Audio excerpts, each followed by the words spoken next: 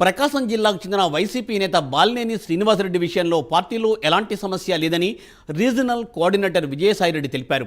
జిల్లాలో ముఖ్య నేతగా ఉన్న బాలినేనికి పార్టీలో ప్రాధాన్యత, సముచితమైన స్థానం ఉంటుందని చెప్పారు. రాష్ట్ర ప్రజలకు మంచి చేసే నాయకుడినే ప్రజలు ఎన్నుకుంటారని అన్నారు.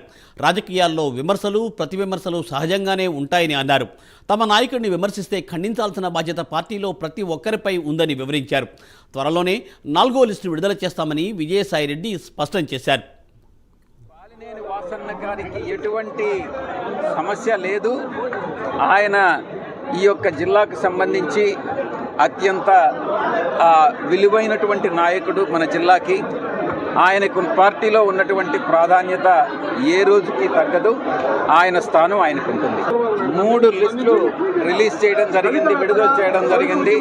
త్వరలో 4 ఇంకొక లిస్టు కూడా రిలీజ్ చేయడం జరుగుతుంది. చాలా స్పష్టంగా చెప్తా ఉన్నా, తిట్టడం అన్నటువంటి పదాన్ని ఎప్పుడూ వాడకూడదు.